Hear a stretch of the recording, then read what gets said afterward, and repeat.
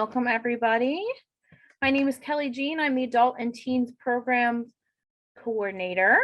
It is my pleasure to welcome you to an evening of music and culture as part of our celebration of Asian American and Pacific Islander Heritage Month. Before we begin, I'm going to do a little bit of light housekeeping. I want to highlight a few library resources and upcoming events. And I'm also going to give Alex a minute here to come and join us, as well as rope in any stragglers. All right. During our introduction, we featured a number of library databases, including A to Z World Foods, Culturegrams, Hoopla, and Mango Languages. The links to these services can be found in the chat. I'm going to drop them in there right now.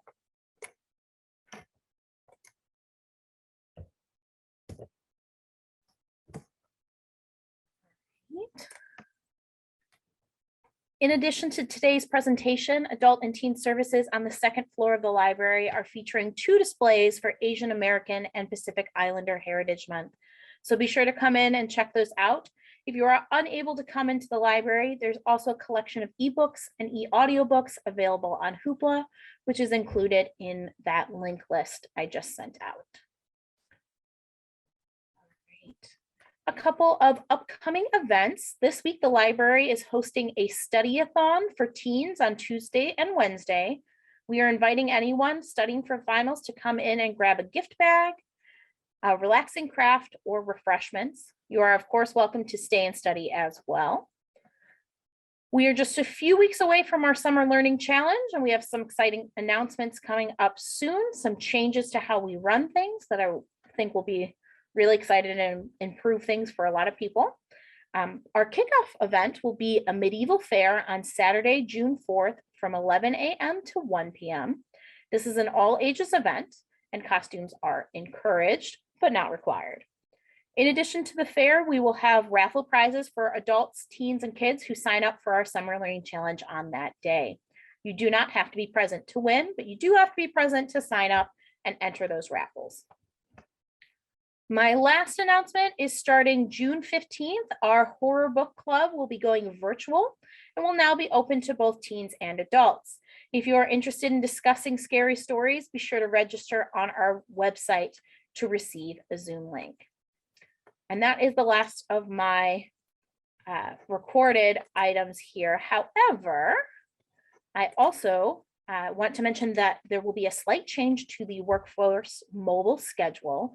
Going forward, we will be including, it will no longer be on Fridays, it will be now on every 3rd Tuesday of the month instead of the 2nd and 4th Fridays. So if you are looking for our workforce mobile with the Will County workforce, just know that that will be changing for summer hours. All right. During the presentation, we will be collecting questions in the chat for a Q&A. Don't be shy and feel free to type in your questions at any time during the presentation. I will be collecting them and kind of monitoring them so that when we get to a good stopping point in Alex's presentation, we can check back in and answer some of those questions, but gives you a chance to digest the material and respond right away so that you don't have to save all of your questions till the end. So go ahead and type any of those in the chat at any time. After the program, please be sure to complete a short survey. Your feedback helps us improve our programs. If you have completed the survey before, feel free to just complete the evaluation, the presenter evaluation portion and just skip the rest. I'm going to drop a couple more links in the chat.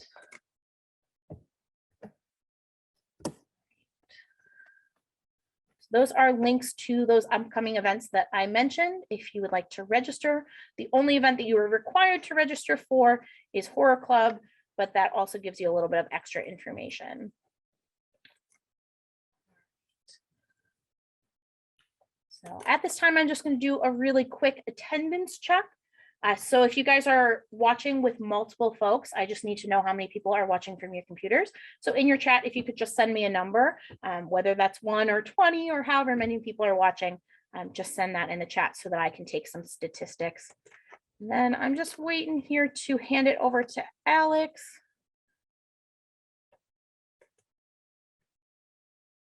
Not sure. All right, he is ready to go. All right, awesome. So thank you guys so much. And once again, this is a celebration of Asian American and Pacific Islander Heritage Month. And we want to say that we do stand in solidarity with those communities, and we are happy to celebrate with them at the library. So without further ado, I'm going to hand things over to our presenter, who is going to tell you a little bit about the cultural context of Javanese gamelan. Thanks so much. Thanks for having me. I'm really happy to be here and to share Javanese gamelan music with everyone. My name is Alex Yoffee, and I direct the Javanese gamelan in Chicago called Friends of the Gamelan. I also teach gamelan at Northern Illinois University. So tonight I'm going to be talking about Javanese gamelan music. Gamelan is actually music from Indonesia. And there's a lot of different islands and a lot of different styles of gamelan music.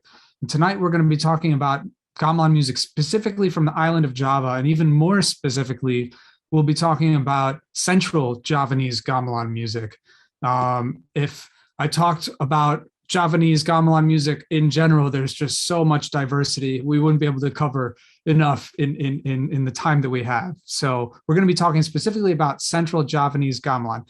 For those who are unfamiliar with Indonesia and Java, I'm going to go ahead and pull up just a map so that we can all see where Indonesia is. I'm going to share my screen here. And as you can see, this is a map of Indonesia. Some of the islands that you may be familiar with, Java, which we'll be talking about tonight here, Bali, which is a really popular tourist destination. You may have had some coffee from Sumatra. There's a Sumatra island here, or maybe Sulawesi over here. You may have heard of Papua, but actually there's over 17,000 islands in Indonesia. So there's quite a lot. We're going to be talking about, again, Java, which is right here, which holds the capital, Jakarta. And in the center, we can see here this city called Yogyakarta. We're going to be talking about music that's based from this central region, Yogyakarta, and also Surakarta, or Solo, which is basically the hub of the classical style of Javanese gamelan. At any point in time, if anyone has any questions, please feel free to write them into the chat. I'm going to be covering a lot of new material, a lot of new terms. If you need a term repeated, or if you just have a question about what I'm talking about in the moment, that's totally fine. Feel free to ask away. I'm happy to answer questions throughout the presentation.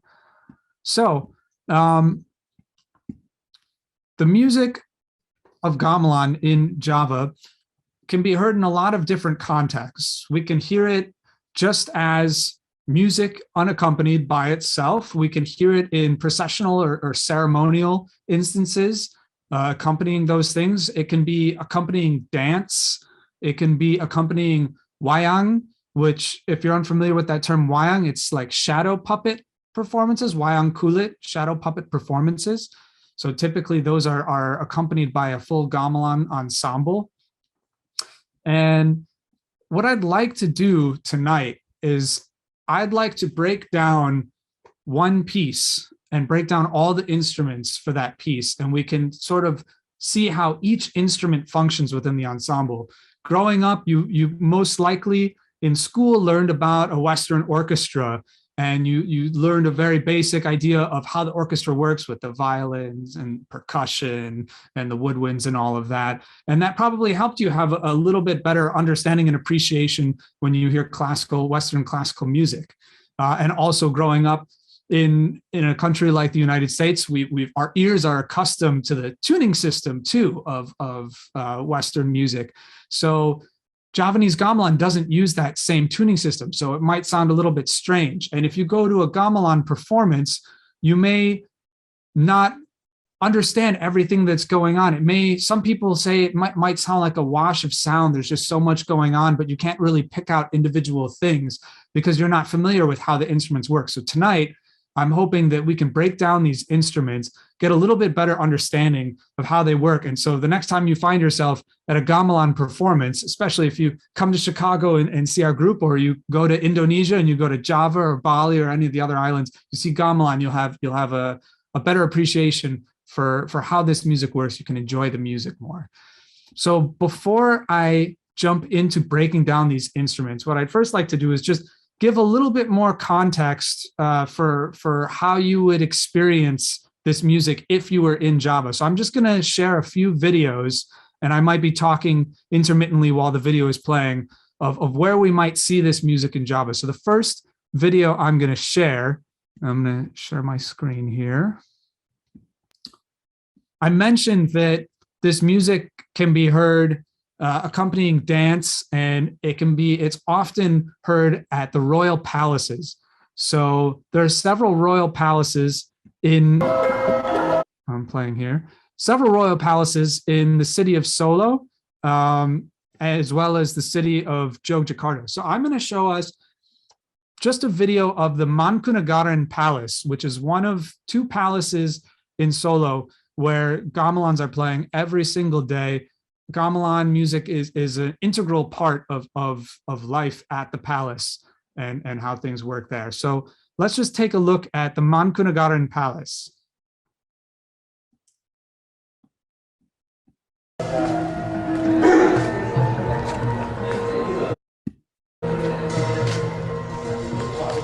So this is just outside the palace here in the courtyard.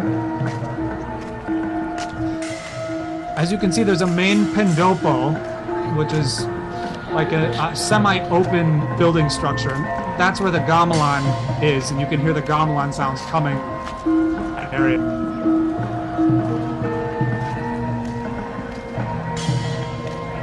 There's also another palace in Solo called the Kraton, and it looks similar, and it functions similarly.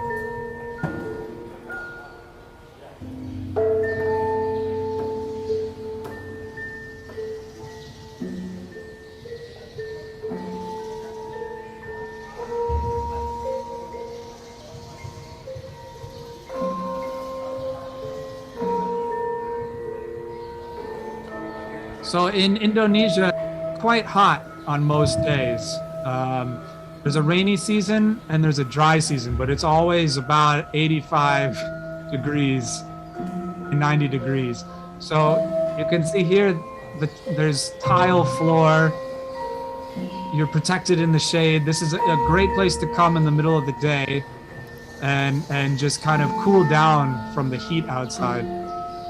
Oh, and actually, if you see that person with the blue jacket, that's actually me making a cameo in this video.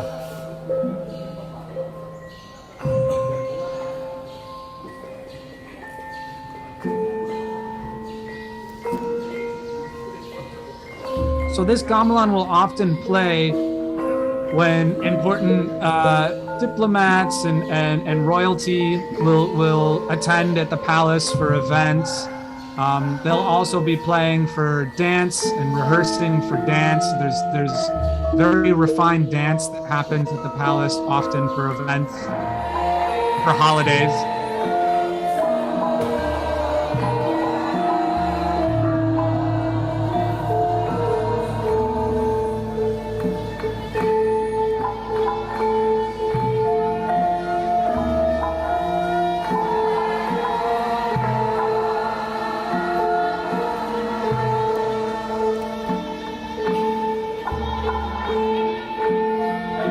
So we can see the dancers here.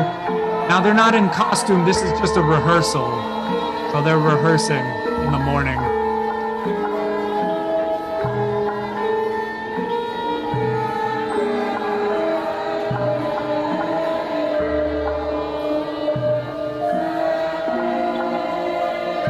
I'm gonna fast forward a little bit.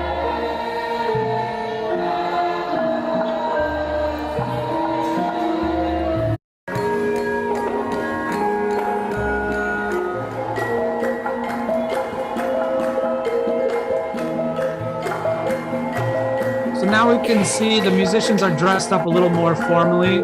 We've got an audience here. So this is an actual event going on. But unlike Western performances, there's this sort of concept of informality that always exists. And we can see people just kind of hanging out to the side amongst each other. That's very typical at any kind of gamelan performance.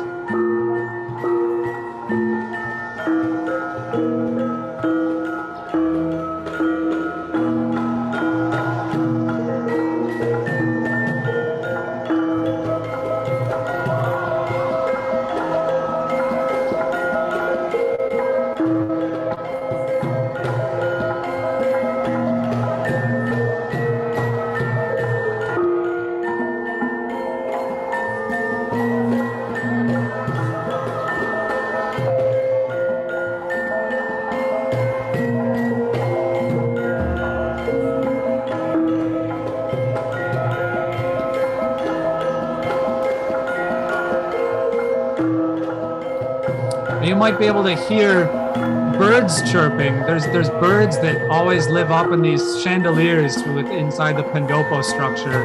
It's quite a beautiful sound, very distinctive. You always experience in the palace with this nice natural reverb and the birds just kind of chirping amongst the gamelan music.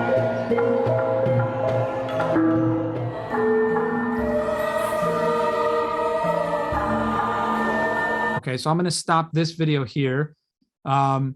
Another type of gamelan experience that you might find in Indonesia, in Java, is more relaxed performances called Clennan, where it's quite informal. It's a gathering for the musicians and also for the community to come and listen and play. I hesitate to use the word jam session because it's very specific and organized, but they're kind of getting together. They typically don't decide the repertoire ahead of time. They kind of pick them in the moment and kind of go with the flow. But you'll notice in this video, this is much more of like a village style kind of setting. It's not like that palace royalty that we just saw. So I'll play a little bit.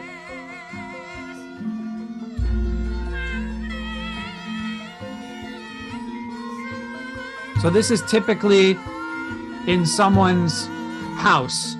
So someone within the community typically has a pendopo that's big enough to have a gamelan. Usually everyone from that community comes and plays at their pendopo. Now, when you go to an event like this, you have an audience, not captive. So in the Western type of performance that we typically imagine people sitting in seats and being very quiet and shushing each other if someone coughs or something like that, right? It's very much the opposite in Java. People are chatting amongst each other. I'm not sure if we'll be able to in this video, but people are typically eating food, drinking tea, smoking cigarettes, all that kind of thing. And sometimes the musicians will even be eating or drinking during these.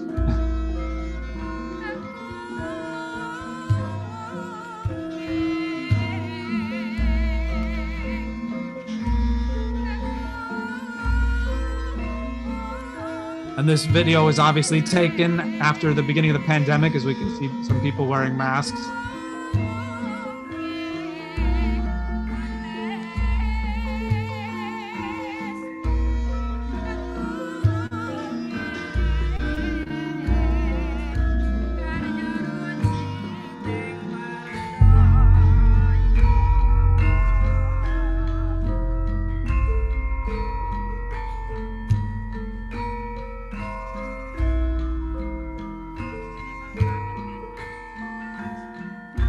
Just saw someone drinking some tea. And you can hear a little bit of chatter in the background. So when my group performs in Chicago, we always tell the audience, feel free to get up and walk around during the performance. Don't feel like you have to be seated and quiet all the time. This is a very hard concept for Western audiences to get a hold of, but we try our best to have that experience for our audience members, because that's really what you would find in Java. Okay, so then one more video I'm going to show, and then it looks like we have a few questions, so I'll be happy to answer those. in just a minute, is I'd like to show some excerpts from a Wyong kulit, which is the shadow puppet performance I was mentioning before.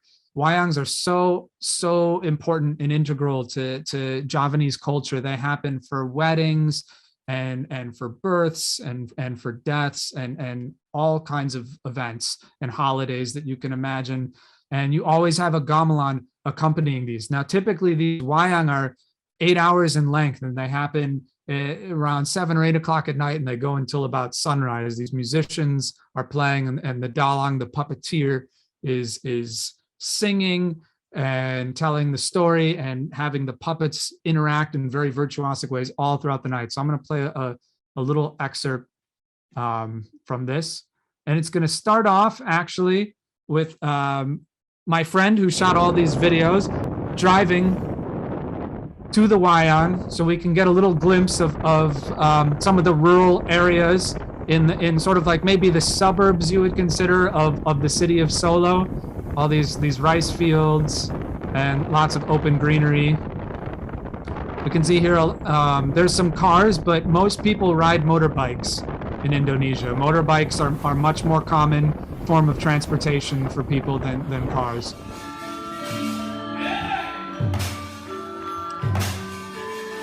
So here we can see the Wyong screen, and it's lit by a light that's going to cast the shadow from the puppets, which are made out of hide, usually animal skin.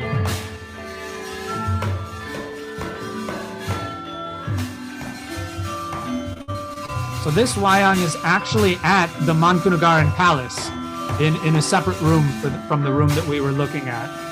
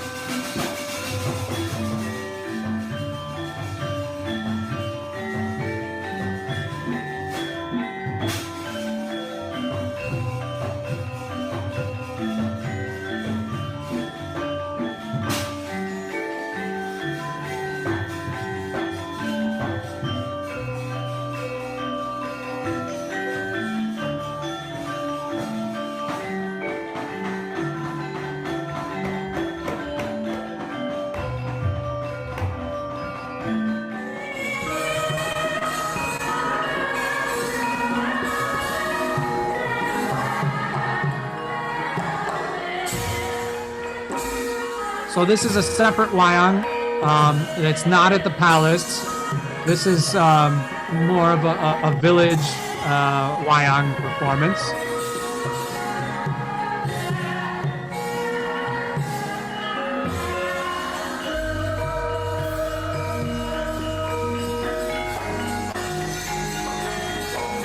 So we can see that the musicians typically sit behind the puppeteer. And if you can imagine, on the other side of this screen, you would just see the shadows cast. Now, originally, people would mainly sit on the other side where they would just see the shadows. But now, more often than not, the majority of the audience is on this same side as the musicians, sitting on the side where they can see the actual puppets and the musicians, and they can appreciate a lot more of the subtleties that go on into the performance aspect of the Wyong. Although there are still people, you'll find people sitting on both sides in any performance that you go to.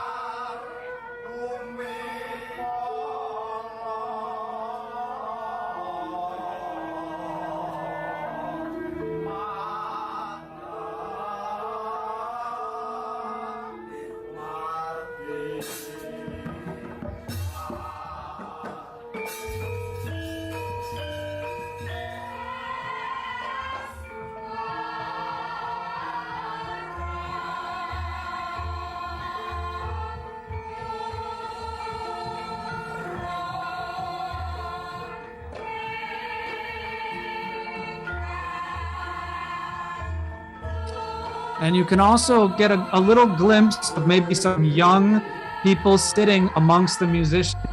We saw a young child here in the corner now in the center. And this is actually sort of the traditional way that if you were growing up as a musician in Java, this is how you would learn this music. Is not necessarily by studying in a private lesson, but by attending performances and attending rehearsals and listening and just absorbing the music, and then, you know, eventually getting opportunities here and there to do little things and then do more and more and more. So a lot of these musicians, this is how they learned how to play. Although there is definitely also a conservatory aspect to this music as well. You can go to the, here we go. It says, sometimes your students ask you questions as they perform, learning on the fly. Exactly what I was talking about. You can see a little piece of paper down they're learning. Okay. So I'm going to cut this off for a second. And before we get into the next part, I noticed there were a couple of questions. So first question, do gamelan ensembles have a set number of players like a Western orchestra, or is it more varied? That's a great question. There is not a set number of players. Gamelans can have a range of musicians. Typically, for instrumentals, there's maybe about 16, 18 musicians, and then you can have anywhere from, you know, a couple vocalists to I don't know, 10, 15. So it can get pretty varied. There's also different sizes within the ensemble. You can have like a chamber ensemble where it's a stripped down instrumentation with less musicians. So it's pretty varied all over the place. The next question, do people usually bring their own instruments, or is that usually part of the pendopo structures? Great question.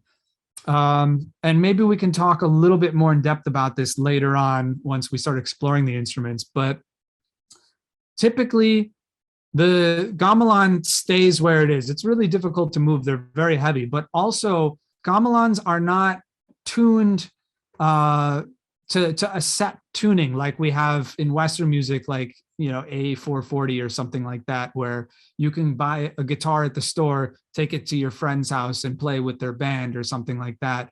You can't do that with gamelan instruments. The set is tuned to itself.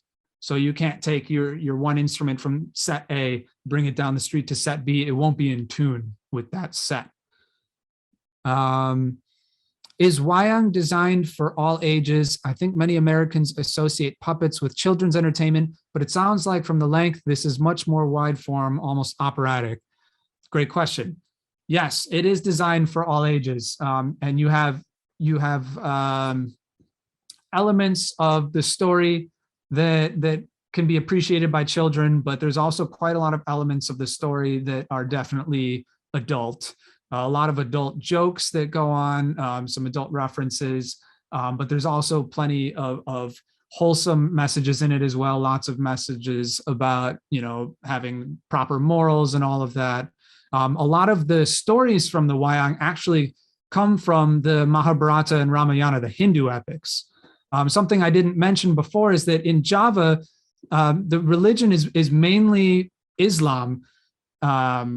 And most of Indonesia is predominantly Islamic. However, Hinduism exists in the country as well, Christianity, Buddhism. If you've been to Bali, Hinduism, it's mainly Hindu actually in Bali. Now, the cool thing about gamelan music is it's kind of this like melting pot of all these different cultures and religions that have existed. You have elements of Hinduism from these Wyong stories that borrow from the Hindu epics. But you're usually performing for Islamic holidays. And then there's also lots of elements to gamelan that have origins from animism, from pre-Islam and pre-Hinduism in Indonesia. Typically, musicians and people in Java believe that there are spirits that inhabit the instruments. And so you won't ever see someone stepping directly above an instrument. They'll be trying to step around it out of respect for the spirits in the instruments. People are pretty auspicious. Last question, is there notation for this music or is it mostly oral tradition? Yes, there is notation. Originally, it was all oral, but then with Western colonialism and the Dutch coming in, ethnomusicologists, they sort of invented a notation system, and it actually was adapted or adopted by the locals. And so now the notation has integrated itself with learning the music as well. It's kind of a complex subject because I won't get too far into it, but there's a lot of musicians who don't really use any notation. There's some musicians who just use it very sparingly, and some people who use it quite a bit. The notation, the development of the notation actually sort of changed the structure of some of the music and how some of the instruments act within the ensemble a little bit as well. So, and that's a pretty lengthy subject to get in, side subject to get into, but maybe we can talk a little bit more about it later. So if anyone has any, if you don't have any more questions, I'll go ahead and jump into the next section here. So what I'd like to do is I'd like to play a video that my ensemble created for all of you to experience. We're going to play a traditional piece, a very popular piece called Wilujang. This is a piece that you have to know if you're going to go and play gamelan in Java.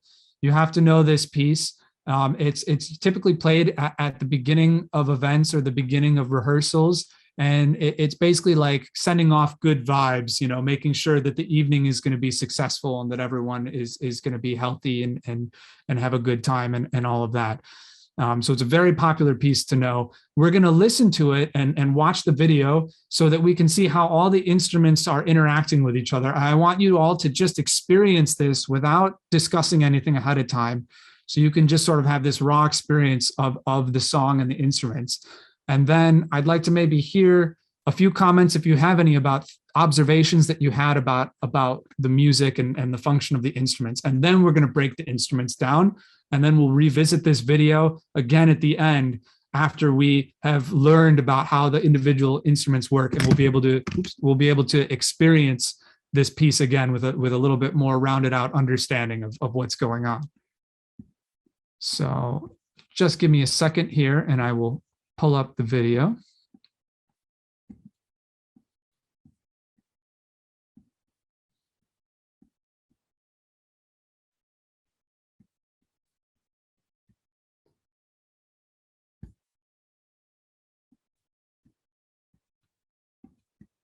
Sorry, 1 second here.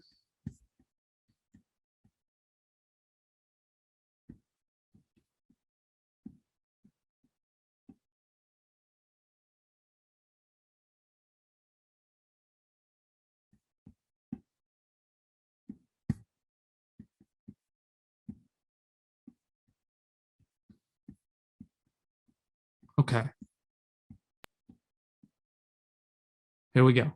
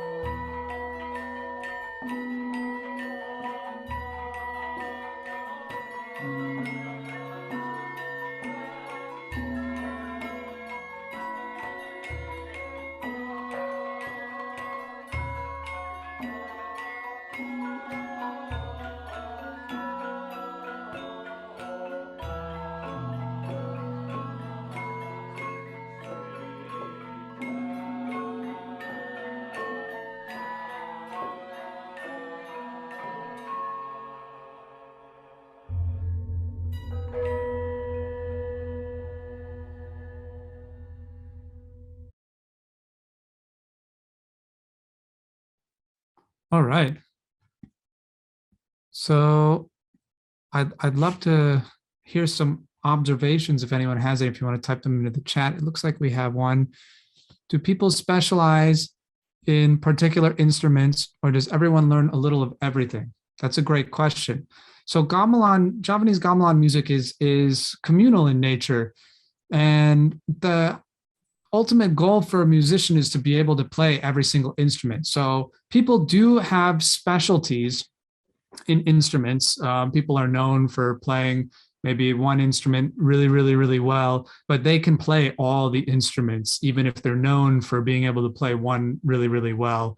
But the cool thing about this music is that there's sort of an instrument for every playing level as well. So when you're in a community, you can have people who are spending many years studying and practicing these instruments and are very musically inclined. You know, some of these instruments require years and years of practice, very similar to violin or piano or something like that.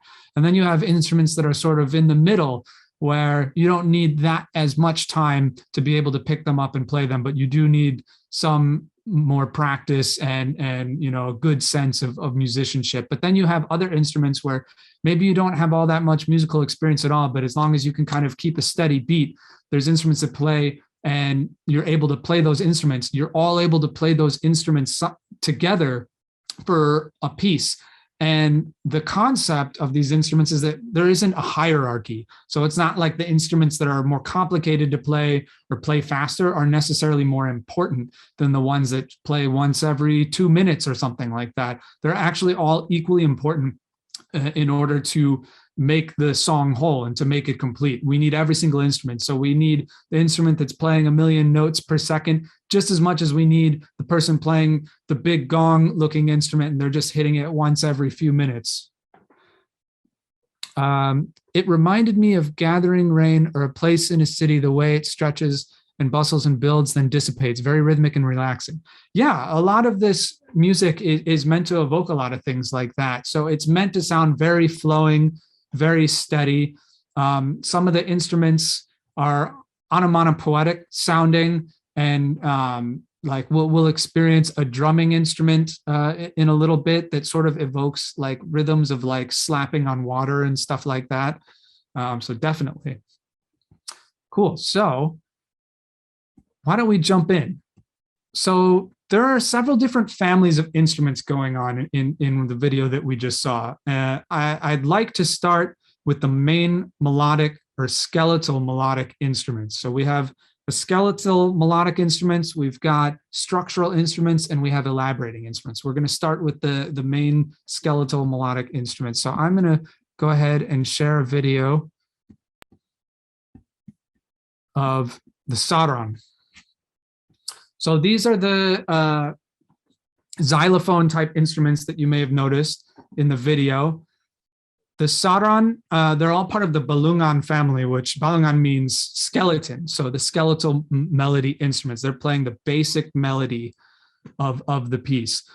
There's 4 instruments to this family, and they're all in their own respective octaves, but they're all playing the melody in unison together. So I'm just going to show us the Sauron, because you can imagine the other instruments are playing the same melody, just an octave lower and an octave lower than that. So here's the Sauron. We'll take a look how this instrument works.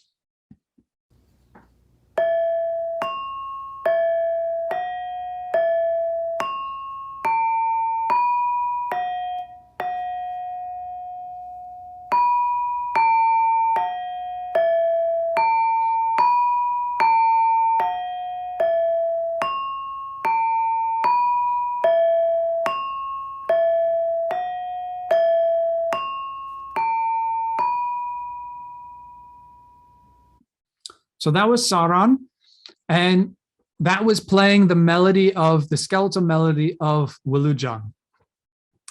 And you may have noticed that in one hand, the person is holding a mallet, or we call it a tabu.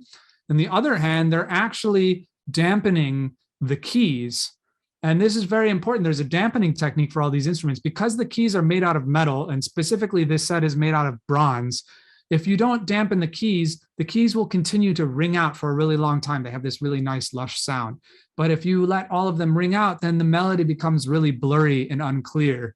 So you actually, it's like a brain game. You have to hit one key, and then as soon as you hit the next key, you dampen the previous key. That way, you don't have them overlap and become messy sounding, but you also don't cut it off too soon, creating a gap between the sound. You don't want it to be like dut, dut, dut, but you want it to be da, de, da, de, da, de, right? Very melodic sounding. So let's watch one more time. Pay attention to that dampening technique and to the melody as well, because we'll hear that melody quite a bit.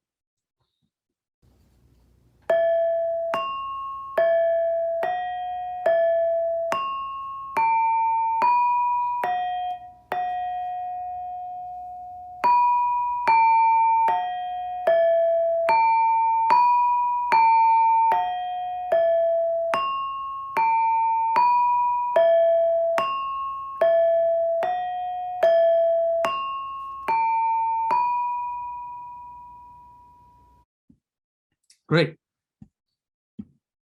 So that was Sauron. That was the skeletal melodic instrument, part of that family.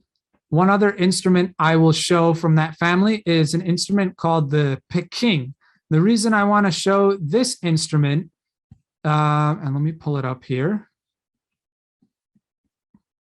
The reason I want to show this instrument is because unlike the other instruments in the family, it actually plays a little bit different. So as you may have noticed in the music, there's a few different tempos that happen, and there's parts where the music slows down. So very often in gamelan music, we have this concept, which we call iromo. And in this concept, you have the skeletal melody playing fast, and then eventually it starts to slow down and get slower and more spread out until it reaches a breaking point where some of the other instruments that will elaborate in between that skeletal melody start to be able to fit in more notes in between each skeletal note. So it's this very cool concept where the melody starts to stretch out and get slower, but then all the other elaborations start to become more complex and more robust and very cool. So the Peking actually sort of resembles that a little bit in a way where it is playing the skeletal melody, but it's adding a little bit extra. So you'll notice that in this video, the Peking is going to be doubling each note. So in the last video, we heard na na na na na na na na. Now we'll hear da da da da da da da da da da da da da da. So doubling. So let's hear it.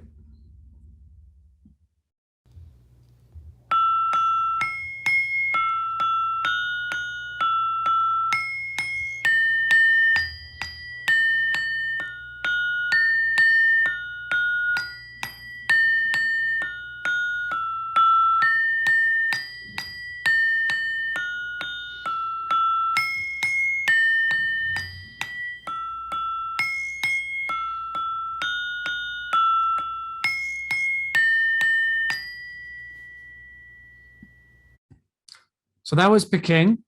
You may have noticed it's also higher sounding. It's 1 octave higher than the Sauron.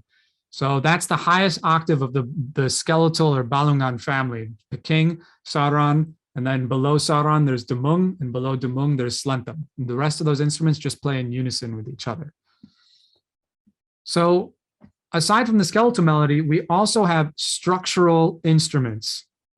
These instruments will punctuate important moments within the melody, and they're not going to be playing all the time. They'll be playing much less frequently. So if you can think of maybe, like punctuation within sentence structure, like a period or a comma or a semicolon, stuff like that, that's how they're sort of functioning. So the first instrument that I'd like to show you is going to be Gong and Kumpul. I'm going to pull it up here.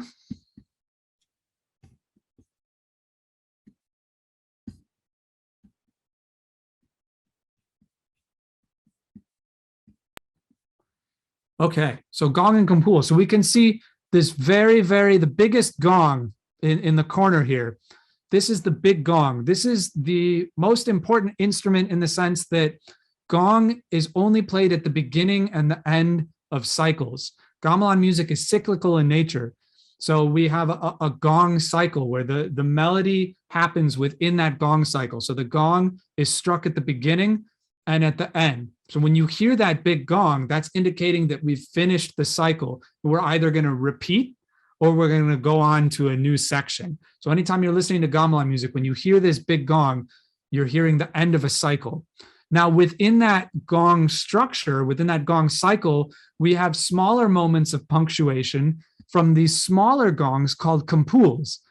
Now, these kumpuls are actually pitched to the same pitches of the melodic instruments and the rest of the ensemble. So they will function not only to punctuate like an important phrase, the end of a phrase or something like that, but they'll also punctuate it melodically where they'll complement whatever the melody is that's going on. They'll also play that same tone.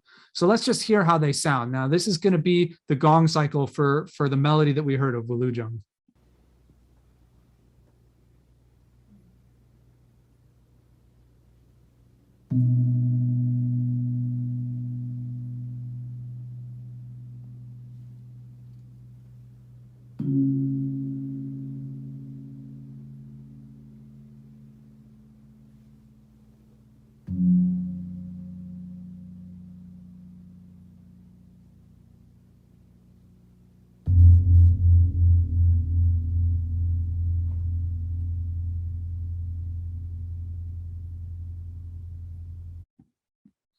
So we can hear that big gong is very deep sounding. When you're sitting in the actual room, you can kind of feel the vibrations against your chest with that big gong. It's very distinctive. Looks like we have a question. The tool / hammer they use to hit the notes, what are they made from? Can they be used on multiple instruments, or are they made for that specific instrument? That's a great question. So each family of instruments sort of has its own mallet, or we call it tabu. Some are made from wood, And some, like the gongs that we just saw, if you were to strike wood on those bosses on the gong, it would sound too harsh sounding. So we actually have a nice soft fabric that's wrapped around like a felt, and you strike it with that fabric, which softens the blow and gives it that nicer quality tone. There's instruments, there's other instruments that use different mallets or tabu that also have felt to sort of dampen that harsh sound. But then there are some of the instruments that use wood, just wood right on the metal, so you can get a nice, loud, clear sound as well.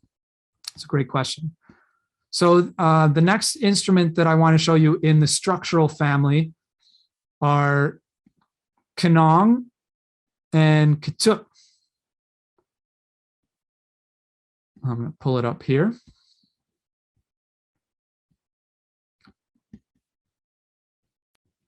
So here's the Clennan, these big knob pots, and then the Ketuk and Kempyong are the smaller ones here in the center. So the Clennans act very similarly to the Kampuls. They're going to only be struck in punctuation at important moments within the structure. They're going to accent the end of phrases and such, and they're also struck at the same time as the gong. Typically, the Clennans and the Kampuls are not played at the same time. Usually, the Clennan will accent one phrase, and then the Kampul will accent the next, so they'll kind of trade off. Then the Ketuk and Kempyong plays this specific rhythmic pattern based on the formal structure of the piece.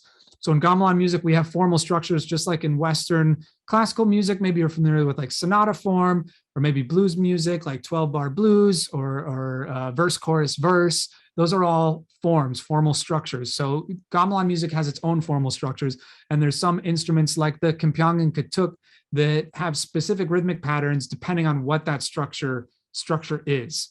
So let's listen to how this sounds.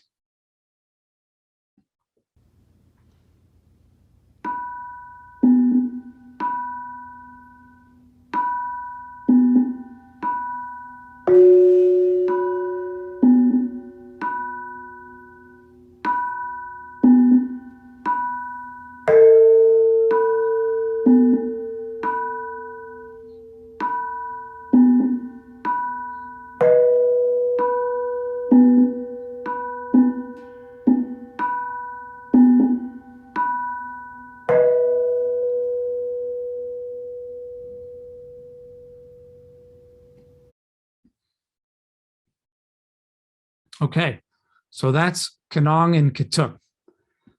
So that's how the structural family of instruments function. Now let's start to take a look at some of the elaborating instruments. We call them the panerusan. They elaborate or ornament around the skeletal melody. So first, I'd like us to take a look at the Bonong Barong, which you probably saw in the video. There's a few close-ups of it. So the bonong here is played with two mallets, and it actually has two rows. So it's got an octave for each row. And it'll typically play, there's a few different playing styles. For the piece that we've heard, it's going to be basically playing a walking style of playing. Now it has a partner instrument that I'll show you in just a second, which is tuned an octave higher. And they sort of play interlocking patterns together, where the Bonong Barong will play half the speed, and the Bonong Ponderos, which I'll show you in just a minute, plays twice as fast, but very similar melodic ornamentation. So they kind of interlock and create this really nice interlocking melody together. So here's the Bonong Barong.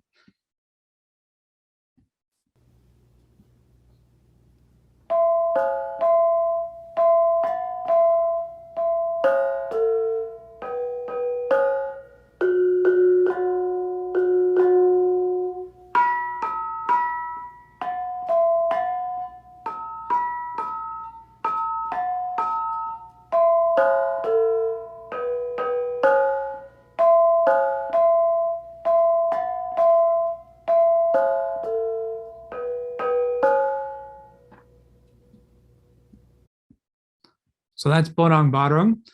That's literally playing an elaborated version of that melody we heard before. Na, na, na, na, na, na, na, ne, na, na, ne, na, na, na. But it's going, ne, na, na, na, ne, na, ne, na, na, na, na, na. So just a little bit more elaborate. Now we're going to hear Bonong ponderos. Let me pull it up.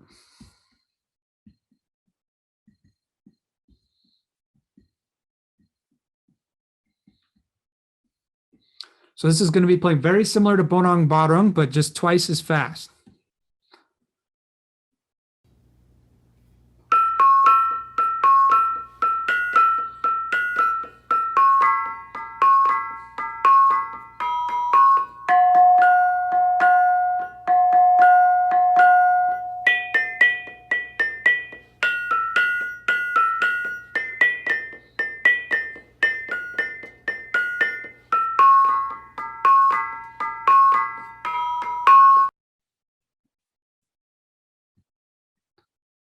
Okay, so that's Bonong ponderos.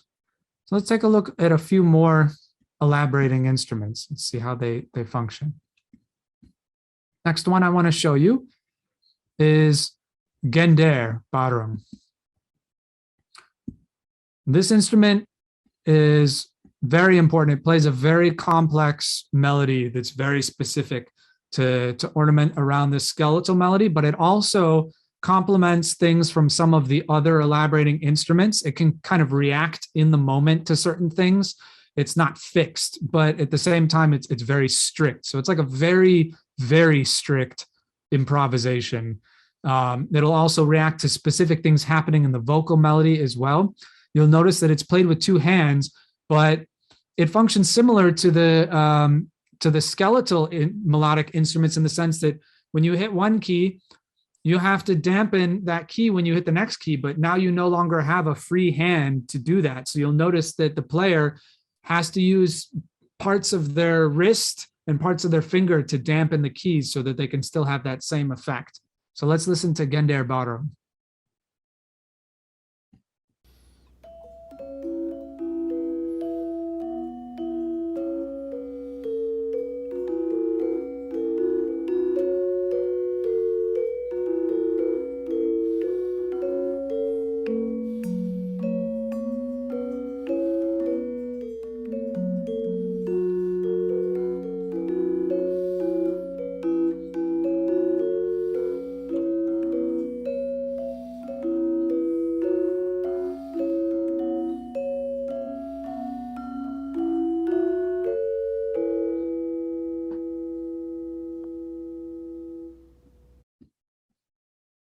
So that was Gender Barong.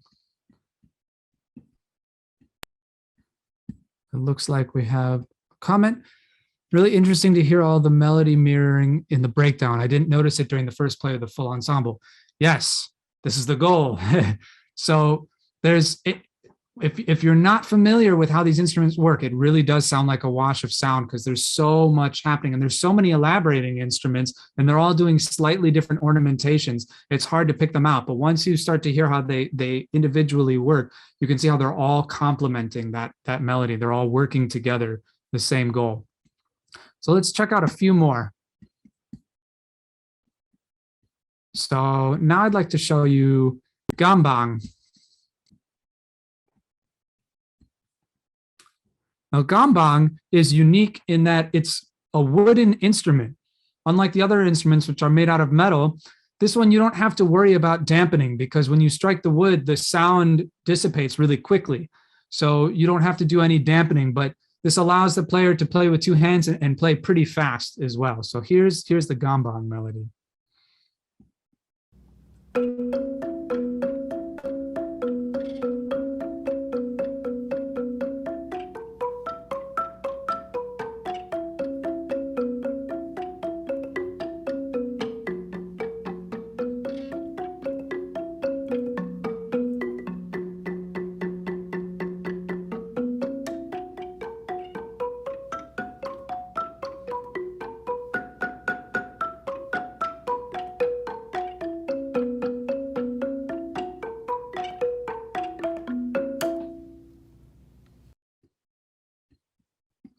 That's gambang.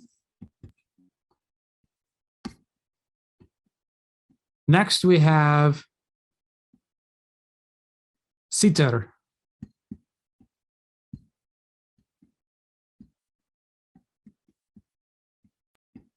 Now, the sitar is plucked with your fingernails, like it's like a zither.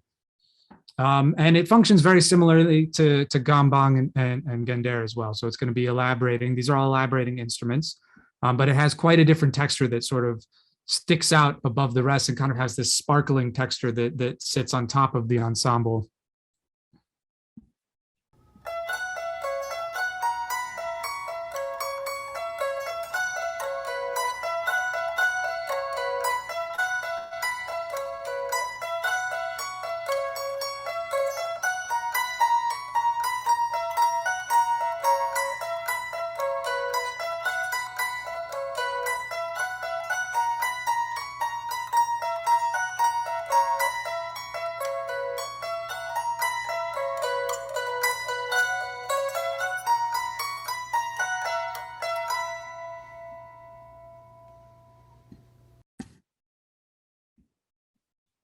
So that's the sitar. I think this is my favorite of the instruments. Yeah, everyone loves the sitar. It's a really nice sound, right? Another instrument very similar to sitar, but is constructed in the same way as the gender, barung, is gender ponderos. You'll notice that the ornamentations are almost identical sometimes to the sitar, but a completely different sonic texture.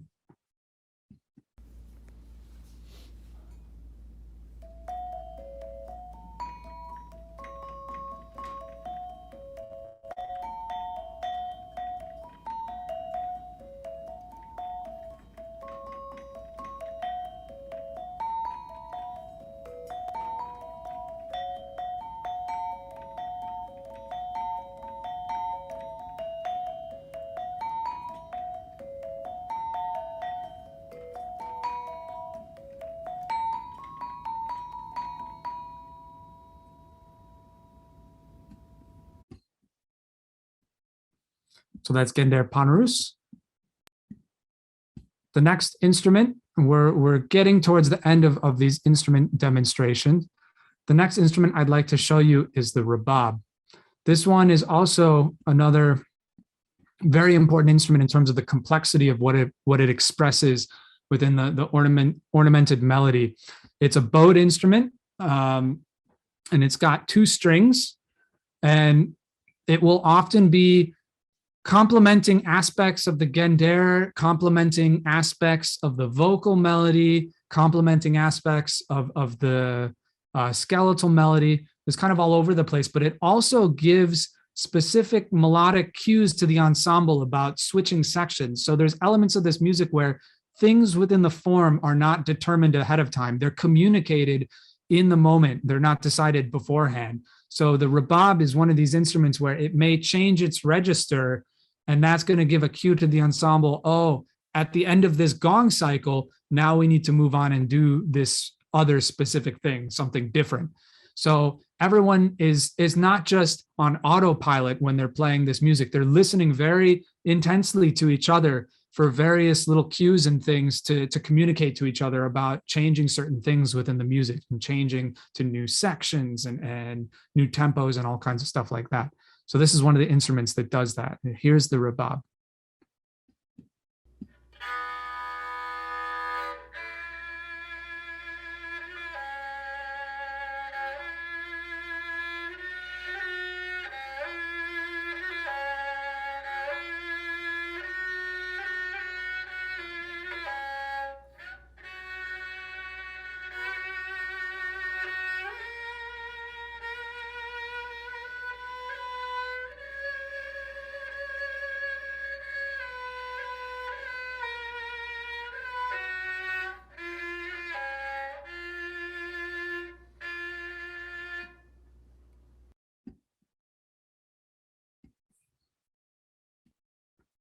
So that's rebab.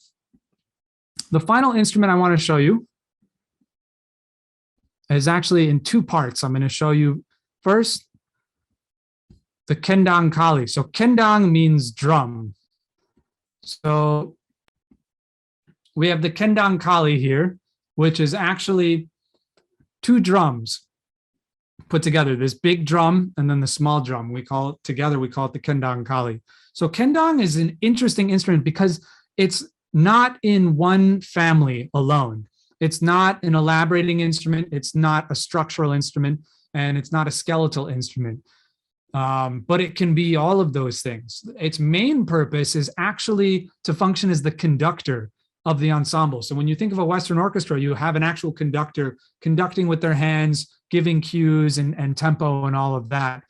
The kendang player, the drummer, is functioning in that way where they're setting the tempo, they're changing the tempo, they're giving specific rhythmic cues to the ensemble to tell the ensemble what's happening next. Okay, we're going to go to this section. We're going to do this kind of treatment. We're going to do et cetera, blah, blah, blah. So the kendang player is acting as the conductor, but it also simultaneously acts as a structural instrument because depending on the formal structure that the group is playing, the piece that they're playing, the kendang kali player has very specific patterns that it has to play within the gong structure, depending on what structure they're using. And then there's certain moments where it also functions as an elaborating instrument, which I'll show you after this video. There's one other drum called the kendang chiblon, and that plays a lot more ornamented, faster, more rhythmically diverse patterns that function as an elaboration as well. So it has multiple purposes. It's a very unique and important instrument as well. So here's kendang kali.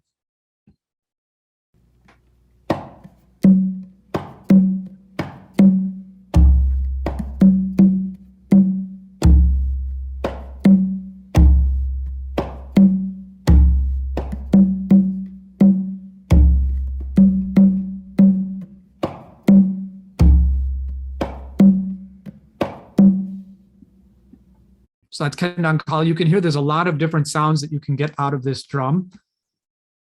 I'm also now going to share kendang chiblon, which is the one that plays more elaboration.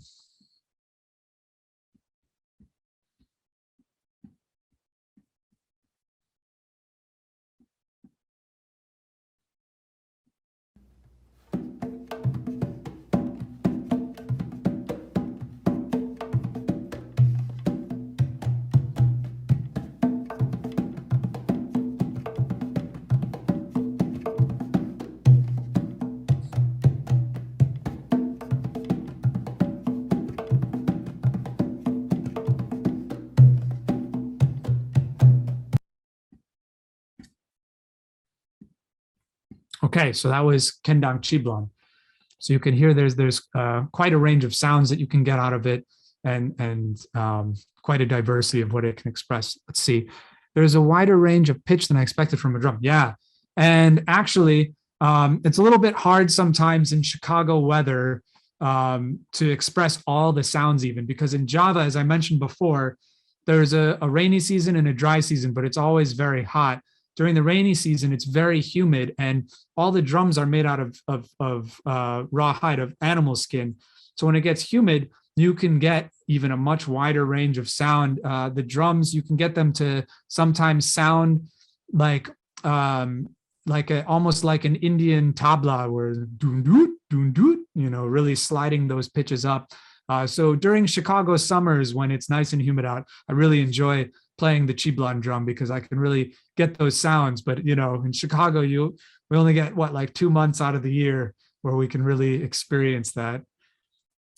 Someone asked, is that you playing all the instruments? Yes, it is me. So as I was saying earlier in the presentation, a gamelan musician, the end goal is to be able to play all the instruments. Well, not the end goal, but that's a goal. You want to be able to play all the instruments, because the more instruments that you know how to play, the more you can understand the music better, the more you can react to other people. If you know what their part is, even if you're not playing their part, you can actually react in a more musical way. You can express the music in more complex and interesting ways. And it also helps you so that you don't get lost, so that you really understand where you are within the music. Any other questions before we go back to the full ensemble?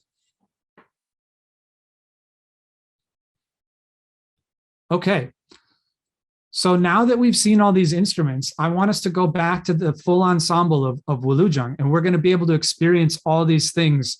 So we're going to have the piece start off with a little introduction before the actual gong. So before the very first stroke of the gong, there's a little introduction from the Bonong Barong instrument. It's going to play a little melodic line.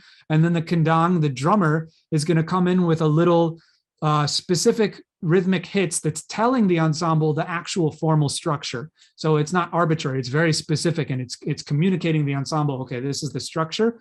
And the bonang, the melodic line that it plays, is communicating this is the piece that we're playing. So actually all of this can be expressed without saying anything verbally to the musicians. You can tell everyone in the room what piece you're playing and how the structural instruments are going to work just by playing the instruments and playing specific things on them. So it's very cool in that way.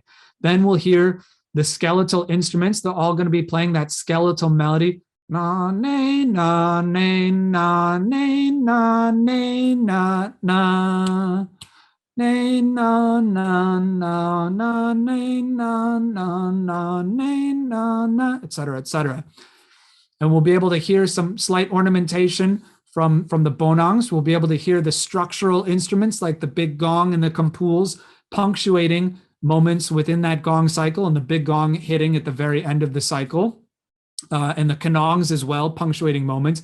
And then we'll hear everything start to slow down, like I was talking about when I was showing the Peking with that doubling. So it'll start to slow down, and the melody will start to stretch out, this concept of iromo.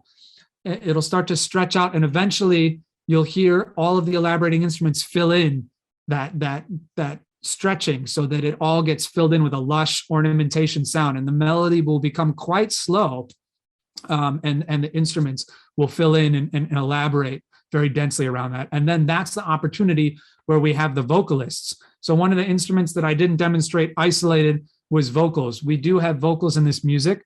There's two different kinds of vocals. There's like typically a male chorus called gerong. They sing a rhythmic choral kind of melody. And then there's a separate solo female vocalist that sings an unmetered vocal melody in a separate octave, and a separate melody from the male chorus. Unfortunately, we don't have the solo female vocalist for this piece, but we do have that male choral melody. And someone asked real quick, where does your ensemble perform? I will hold that question until after this video. We can talk a little bit more about that. Make sure you remind me, but I'd love to talk about that after this video. Okay, so here we go.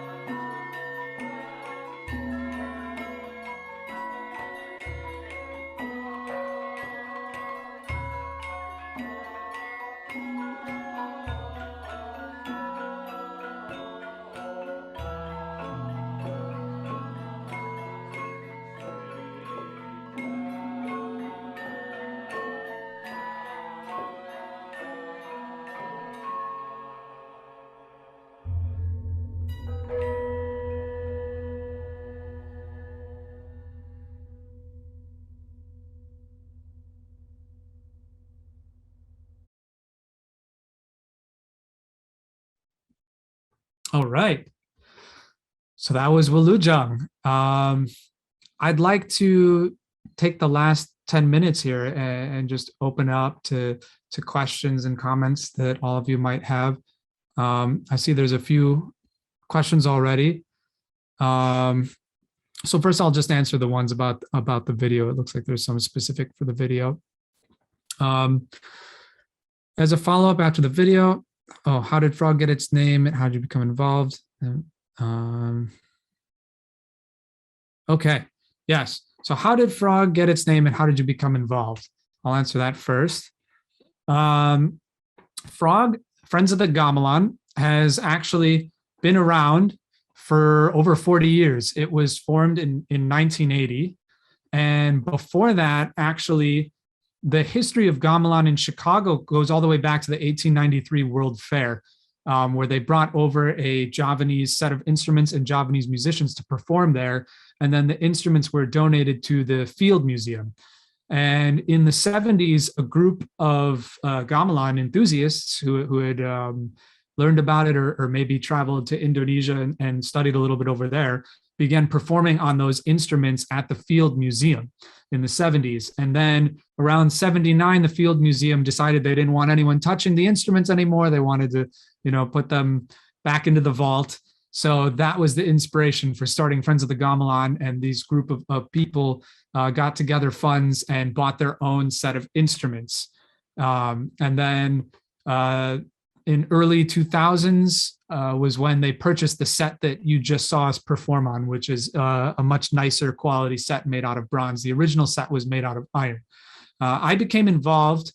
I was studying music all throughout my adolescence, and I went to music school. I actually learned about gamelan in high school, and I kept learning about it more and obsessing about it. And I started playing in the group in Chicago. I ended up going to Indonesia and studying there for a while. And I lived in Boston for a while, playing out in there. I came back to Chicago to direct this group about 5 or 6 years ago, something like that. So I've been directing the group since then. Other part of the question, have you resumed performances? Do you have information about any upcoming events or concerts you'd like to share with us? And someone before that asked, where does your ensemble perform? So great question. We have resumed performances. We just finished our spring season of performances. We perform all over. We do a lot of performances, mainly in Chicago. We performed it at what's it called? Pritzker Pavilion at Millennium Park. We performed at the Field Museum.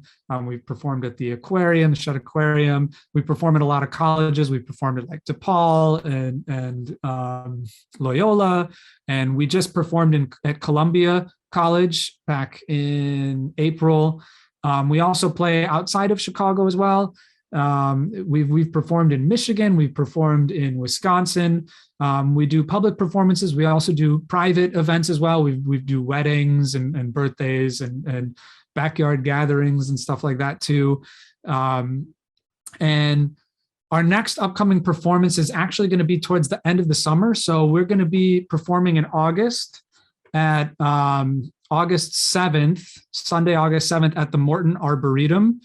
If y'all are familiar with the Morton Arboretum, which is out, I think, in Lisle, Illinois, not too far from Chicago. It's part of the Destination Asia Festival that's happening that weekend at Morton Arboretum. So we'll be there on the 7th. We're also going to be performing in one of the Chicago parks for the Night Out in the Parks event on August 27th at Washington Park.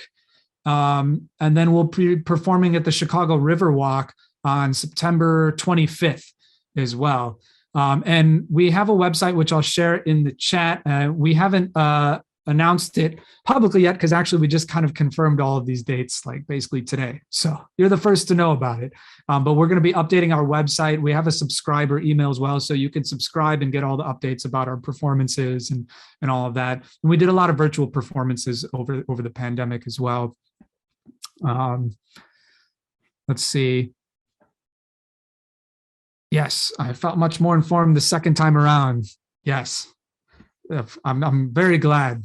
And yeah, you can see here in the chat that chicagogamelan.org. That's our website, so you can stay up to date, and we'll be updating it shortly with those summer performances.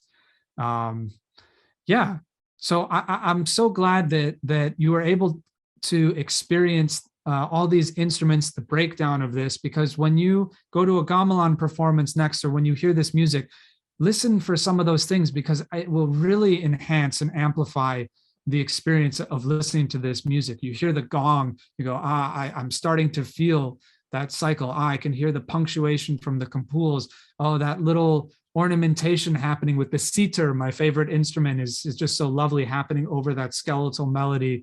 There's just so much going on. There's so much density to this music, and it's so beautiful. And there's much more that we didn't cover tonight. This is just a very basic introduction to it. One other thing I'd like to say is that Friends of the Gamelan is a community ensemble. So we are open to new members, and you do not have to have prior gamelan experience. You don't have to have prior music experience. If you're interested in coming to Chicago and playing with our group, please let me know. You can find there's a contact page on our website. You can contact us if you're interested. Periodically, we do host at least once a year. We host beginning classes that usually go for about a month, once a week, where you get a very basic introduction. It's a little bit easier to join the ensemble if you've done the beginning class. I would definitely say, but don't be afraid. If you missed the beginning class and you really have the itch to join the ensemble, don't be afraid to write to us. I'm happy to always get people up to speed. So we do have that community aspect to our ensemble. Like I was saying, there's instruments that may take many years to be able to get a handle on, but there's also instruments, as you may have been able to observe, that once you start just getting the basics of this music, you can sit right in and start playing. So it's really fun. It's really great music. I encourage all of you to check it out. And at some point, I hope that you'll all try and play a little bit, because it's really so much fun to play this music. I'm happy to stick around for a few more minutes if anyone has any more questions. If not, we can wrap it up.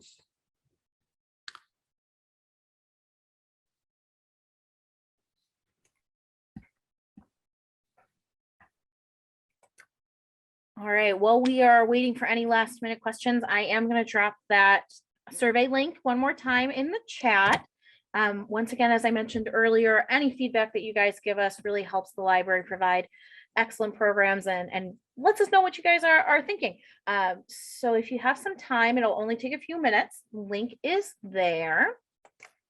I also wanted to take one more second to highlight one of our resources. It was on the beginning slides, but this is our culturegrams.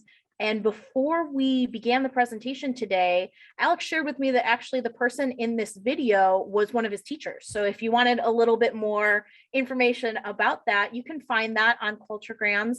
There's a whole bunch of videos about Indonesia and specifically about Gamelan as well on there. So that's just a little preview for you.